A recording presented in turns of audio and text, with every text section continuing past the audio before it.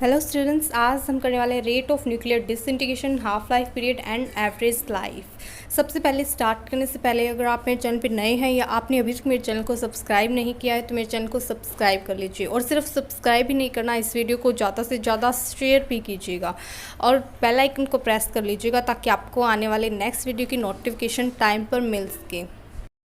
चलिए करते हैं start. Radio active disintegration rate. Radio active disintegration rate क्या होती है कि किस रेट पे रेडियो एक्टिव सब्सटेंस डिसइंटीग्रेट होता है। The activity of A radio active element is measured by the rate at which it changes into its daughter element. कि activity किसी भी रेडियो एक्टिव एलिमेंट की वो कैसे मेजर कर सकते हैं, उसकी रेट से कि कौन से रेट पे कौन से टाइम पे वो डॉटर एलिमेंट में कन्वर्ट हुआ है। डॉटर एलिमेंट जो हमारे पास नया एलिमेंट बनता है जब रेडियो एक्टिव एलिमेंट हमारे पास डिसइंटीग्रेट होता है। The rate of radioactive disintegration does depend upon the nature of the element and is independent of temperature, pressure और the state of chemical combination of the element. कि radioactive जो disintegration rate है वो किस पर depend करती है, वो नेचर ऑफ एलिमेंट की कौन से नेचर का एलिमेंट है, लेकिन ये इंडिपेंडेंट होती है टेम्परेचर, प्रेशर और स्टेट के जिसपे केमिकल कॉम्बिनेशन होता है एलिमेंट का। Radioactive disintegration rate of radioactive substance is determined by the counting the number of particles emitted per unit time by using instruments like scintillator counter, Geiger-Müller counter। हमने पिछले video lecture में scintillator counter किया था। आप वो video देखना बिल्कुल भी मत भूलिएगा, वो वीडियो आप देख लीजिएगा ताकि आपको ये वाला लेक्चर अच्छे से समझ आ जाए। रेडियो एक्टिव डिसइंटीग्रेशन जो रेट है रेडियो एक्टिव सब्सटेंस की, वो हम कैसे काउंट कर सकते हैं, कैसे मेजर कर सकते हैं, कैसे डिटरमाइन कर सकते हैं, वो हम काउंट करके नंबर ऑफ पार्टिकल्स कितने अमिट हुए हैं किसी भी रिएक्शन में। जो इंस्ट्रूमेंट हम यूज करते हैं वो है scintillator काउंटर और गीगर-मुलर counter. In all nuclear disintegration reactions, the rate of disintegration is directly proportional to the number of atoms present in a sample at that time। कि कितने टाइम पर हमारे पास रिएक्शन हुई है, कितने टाइम पर डिसइंटीग्रेशन हुई है किसी भी रिएक्शन, वो किस पर डिपेंड करता है कि कितने नंबर ऑफ एटम प्रेजेंट है उस सैंपल में at that time. Now consider a radioactive element a disintegrating to give product. अब हम क्या है कंसीडर कर लेते हैं एक रेडियो एक्टिव एलिमेंट ए जो हमारे पास डिसइंटीग्रेट होके हमें प्रोडक्ट दे रहा है।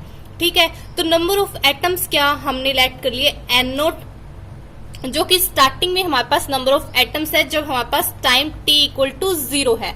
ठीक है, नेक्स्ट अगर टाइम t मतलब टाइम t कब मान लिया, जब हमारे पास डिसइंटीग्रेशन हो गई। ठीक है, तो ये हमारे पास क्या हो गए n be the number of atoms a at time t। तो जो रेट है रेट ऑफ डिसइंटीग्रेशन है टाइम t पे, वो किसके डायरेक्टली प्रोपोर्शनल होगी, वो n के डायरेक्टली प्रोपोर्शनल होगी। और इसे हम रिप्रेजेंट कैसे कर सकते हैं, rate of disintegration at time. Rate of disintegration क्या होगा, dn बाय में dt। और ये नेगेटिव साइन यहाँ पे क्या शो कर रहा है कि जो रेट ऑफ डिसइंटीग्रेशन है एट टाइम t पे वो क्या है, opposite of the number of atoms in the beginning at time t। Sorry, beginning नहीं, मतलब जो हमारे पास नंबर ऑफ एटम्स ऑफ ए है एट टाइम t पे।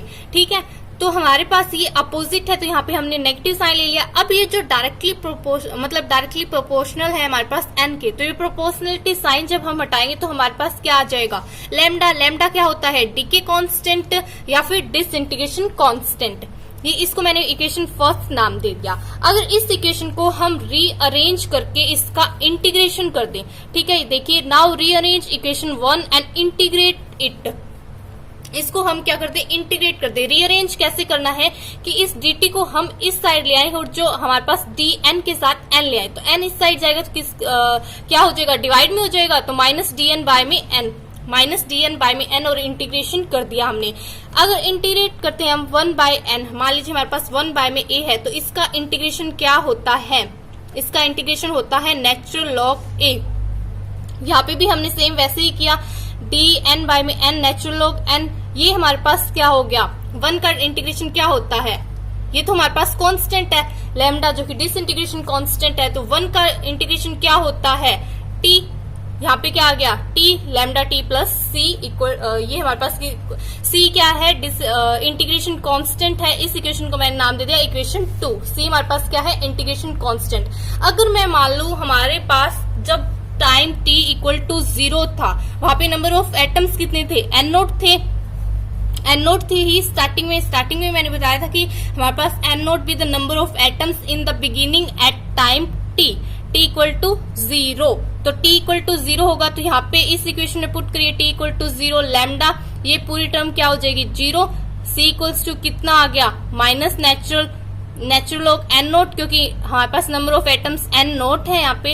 ये इक्वेशन थर्ड हो गई। c की वैल्यू अगर हम इक्वेशन 2 में पुट कर दे, पुट 3 या फिर substituting equation third into second, हमारे पास कौन सी इक्वेशन आ गई, minus natural log n equal to lambda T minus natural log n naught. इस टर्म को अगर मैं इस साइड ले आऊं, हमारे पास लेफ्ट हैंड साइड ले आऊं मैं अगर इस टर्म को, तो क्या हो जाएगा, नेचुरल लॉग n नोट ये माइनस की है प्लस में चली जाएगी। ये हमारे पास क्या होता है, log a minus log b क्या होता है, लॉग a y में b, यही तो मैंने किया है। अब अगर नेचुरल लॉग को लॉग में कन्वर्ट करूं, मैं लॉग में कन्वर्ट करना चाहूं, तो नेचुरल लॉग हमारे पास natural log a 2.303 log a के इक्वल होता है। तो इसको मैं चेंज कर दूं सिंपल लॉग में, किसके इक्वल आ गया, ये हमारे पास किसके इक्वल आ गया, 2.303 log n नोट बाय में n equal to lambda T. ये हमारे पास 2.303 अगर हम इस साइड ले आए तो एक टर्म तो हमारे पास ये आ जाएगी। अगर यहाँ से हम लैम्डा की वैल्यू निकालना चाहें तो लैम्डा इक्वल टू 2.303 बाय में T log n naught by में n, इसको मैंने इक्वेशन 4 नाम दे दिया। नेक्स्ट हमारे पास क्या है, ये एक्सप्रेशन था हमारे पास किसका, रेडियो एक्टिव डिसइंटीग्रेशन रेट का। हाफ लाइफ पीरियड अगर हम डिफाइन करें तो हाफ लाइफ पीरियड क्या होता है, किसी भी रिएक्शन में टाइम जितना जब डिसइंटीग्रेशन होता है, जब हमारे पास डिके होता है कोई भी रेडियो एक्टिव एलिमेंट, तो उसका हाफ, उसकी अमाउंट का हाफ जो होगा वो हाफ लाइफ पीरियड होगा।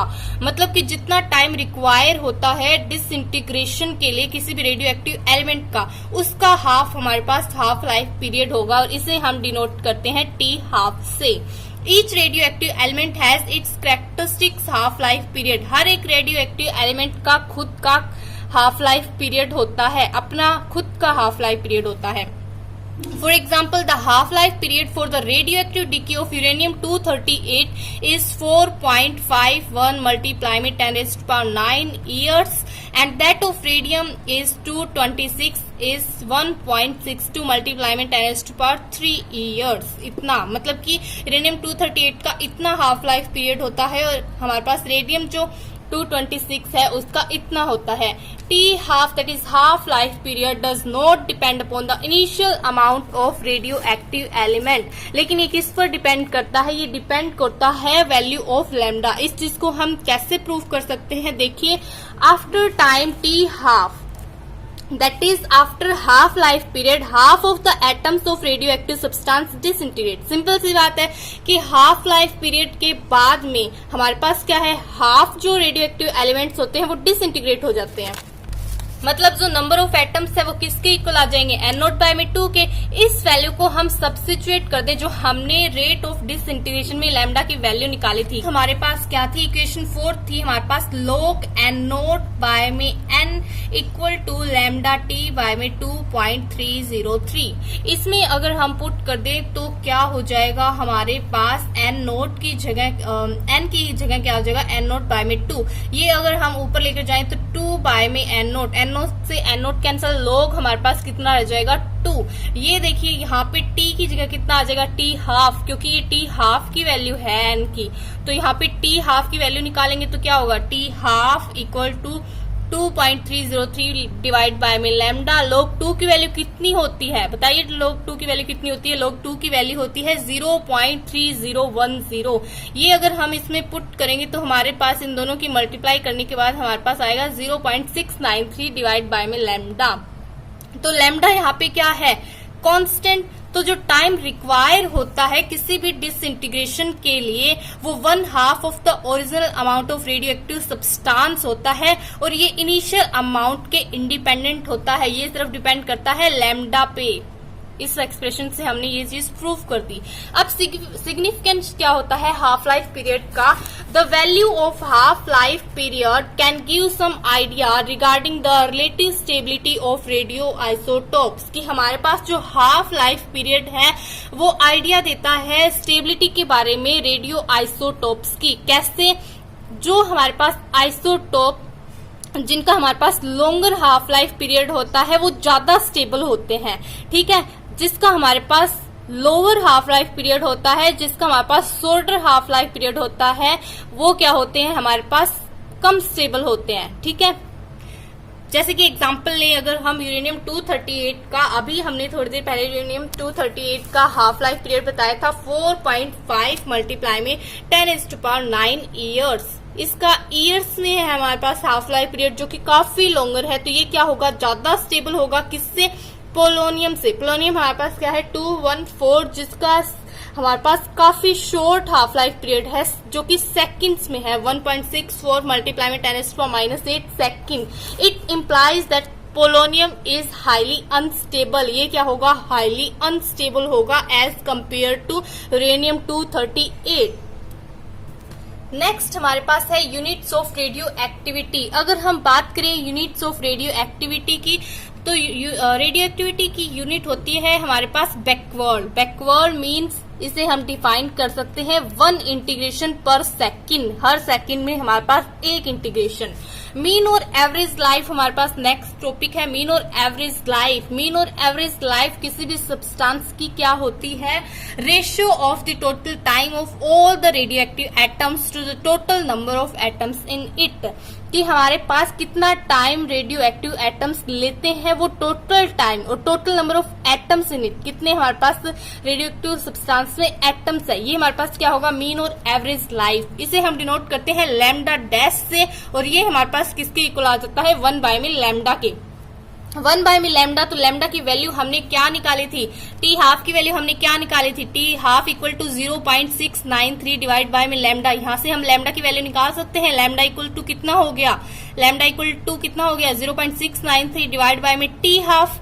ये वैल्यू इसमें पुट करेंगे तो हमारे पास कितना होगा? टी हाफ बाय में 0.693 इक्वल टू 1.443 टी हाफ। ये क्या हो गया? Thus the average life of a radioactive element is the reciprocal of disintegration constant। तो एवरेज लाइफ को हम इस तरह भी डिफाइन कर सकते हैं कि किसी भी रेडियोएक्टिव एलिमेंट का एवरेज लाइफ क्या होता है, वो उसका जो डिसइंटीग्रेशन कांस्टेंट लैम्डा है उसका रेसिप्रोकल होता है। अब हमारे पास कुछ methods of determining of half life period है। मेनली हमारे पास 3 टाइप्स होते हैं किसी भी एलिमेंट के, जो हमने ऑब्जर्व किए during the study of disintegration of radioactive substance की।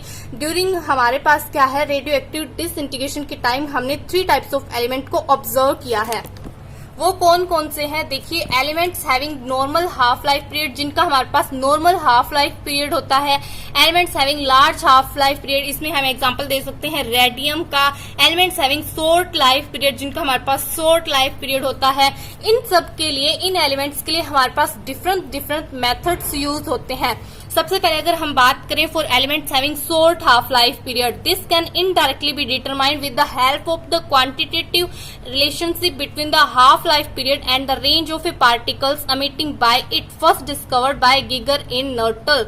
सबसे पहले गीगर एंड नर्टल ने इसको डिस्कवर किया था कि किसी भी शॉर्ट हाफ लाइफ पीरियड वाले एलिमेंट को हम इनडायरेक्टली डिटरमाइन कर सकते हैं किसकी हेल्प से? Quantitative relationship between half life period और उस पार्टिकल की रेंज के, कितने पे वो अमिट हो रहा है। According to them, in each radioactive series the range of alpha particles increases with decrease in half life period.